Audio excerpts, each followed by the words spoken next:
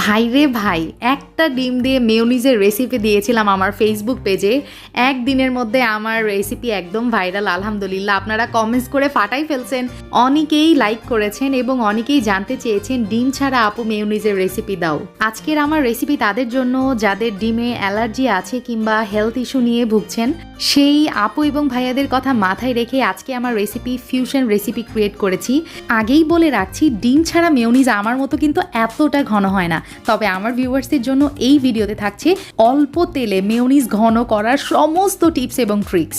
So let's start it. ফার্স্টেই একটা বলে আমি নিয়ে নিচ্ছি 1/4 কাপ পরিমাণ তরল দুধ। এই দুধটা কিন্তু আমি আগে থেকেই জাল করে ঠান্ডা করে রেখেছি।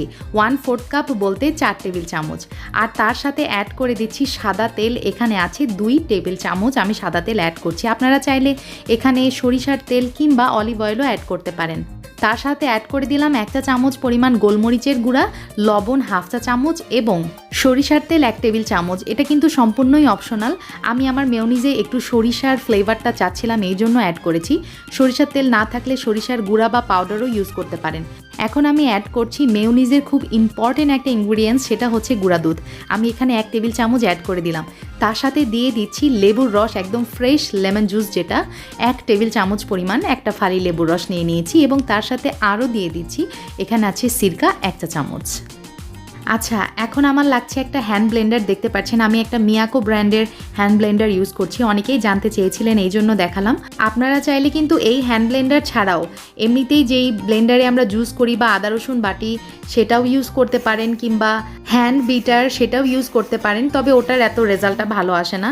অথবা হ্যান্ড উইক্সও ইউজ করতে পারেন। তবে হ্যান্ড উইক্স ইউজ করলে হাতের অবস্থা 12টা বেজে যাবে, ট্রুলি স্পিকিং। খেয়াল করেছেন নিশ্চয়ই, আমি অল্প অল্প করে বিট করছি আবার থামছি, বিট করছি আবার থামছি।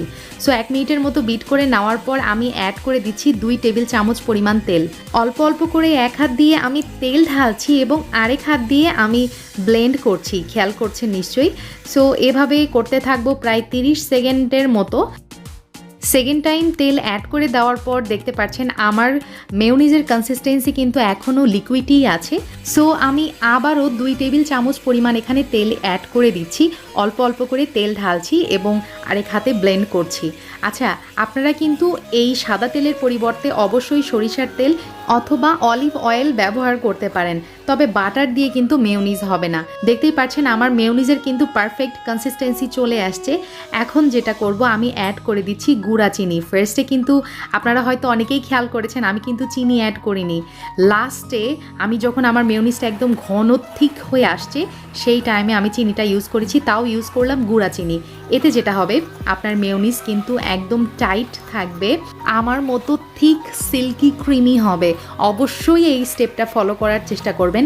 আগে চিনি অ্যাড করার থেকে লাস্টে গুঁড়া চিনি অ্যাড করলে আপনারা আমার মতোই বেস্ট রেজাল্ট পাবেন। আমার মেয়োনিজ কিন্তু একদম রেডি। এই মেয়োনিজ আপনারা ফ্রিজের নর্মাল টেম্পারেচারে রেখে প্রায় 7 দিনের মতো সংরক্ষণ করতে পারবেন। Burger, pizza, sandwich, French fry, Sharma অথবা যে কোনো ভাজাভুজির সাথেও কিন্তু এই মেয়োনিজ খুবই ভালো যায়। পারফেক্ট মেয়োনিজ রেসিপি আপনাদের সঙ্গে আজকে শেয়ার করলাম এবং তার সাথে আরও দেখিয়ে দিলাম মাত্র 6 টেবিল চামচ তেলে আপনারা কিভাবে আমার মতো এত ঘন সিল্কি থিক মেয়োনিজ বাড়িতেই বানিয়ে নিতে পারেন। আর সমস্ত টিপস এবং ট্রিক্স তো আপনাদের সঙ্গে শেয়ার করলাম। ইনশাল্লাহ আমি আশা করছি আপনারা আমার মতোই বেস্ট রেজাল্ট পাবেন। ইনশাল্লাহ আবার দেখা হবে আপনাদের সঙ্গে নতুন কোনো রেসিপি নিয়ে। সেই পর্যন্ত আল্লাহ হাফেজ, আসসালামু আলাইকুম।